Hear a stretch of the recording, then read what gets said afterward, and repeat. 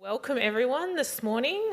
I want to begin by acknowledging that we're gathered here on Wurundjeri Burrong land of the Eastern Kulin Nations.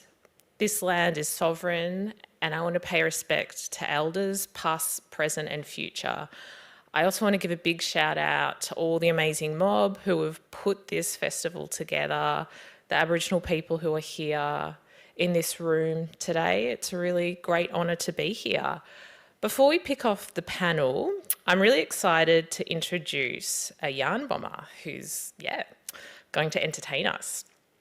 Hailing from the Kimberley region of northwestern Australia, Bebe Backhouse, a Bardi Jawi creator who's called Naarm Melbourne home for 10 years, began his creative practice as a classical pianist and composer. Bebe was awarded a West Australian Youth Award at 21 for his work as a music teacher to young Indigenous people. Bebe's debut solo publication, More Than These Bones, is due to be released this year. Thank you.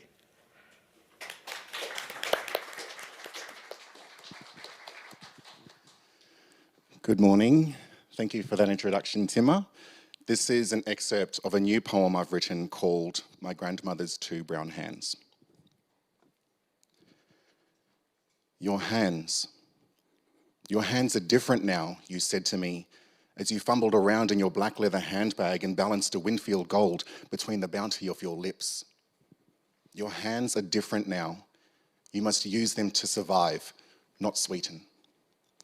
From where we sat on your apartment balcony, I could see the terracotta mask of the world was cracking open. And the slow pace of the Birrarung was quickening in its silence, and it was widening between the building that perched us high above the people on the street and all the other homecomings of fear. I am everything without you, but when I was with you, I was more than this. You were a foreign land that I first remember exploring in the Amazonian gardens of your estate at 375 Lock Street.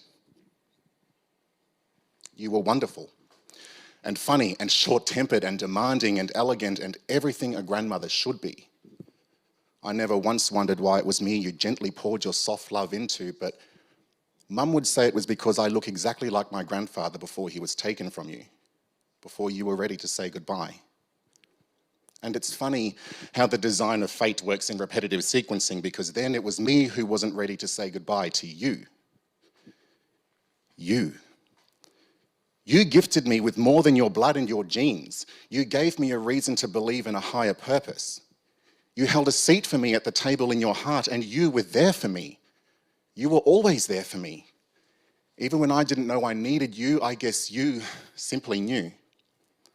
And that night, as the world and the people went crazy, ordering Chinese takeaway and watching mindless television, we sat side by side, heart to heart, Nan and Golden Child. And when my heart thumped in its exposed chamber, I leaned into the movements your hands were making. You sipped your cup of coffee, puffed your cigarette, and flicked the ash onto the tiled terrace. And you combed your hair in the dread of the little hours of that midnight confessional.